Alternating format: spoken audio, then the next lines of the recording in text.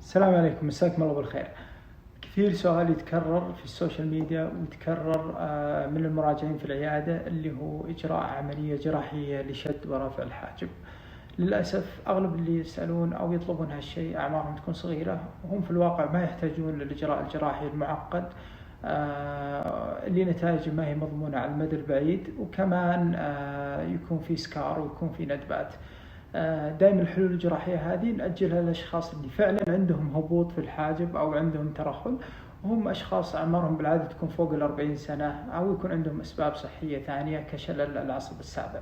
نصيحتي الشخصية دائما للأشخاص اللي أعمارهم بين 20 و 30 سنة أنهم يحقنون بوتوكس، ولكن يحقن بطريقة معينة لإعادة توزيع البالانس بين العضلات بحيث يرتفع الحاجب، كمان تزال التجاعيد اللي حول العين ويبان مظهر العين يعني أجمل، ويبان مظهر العين مفتوح أكثر.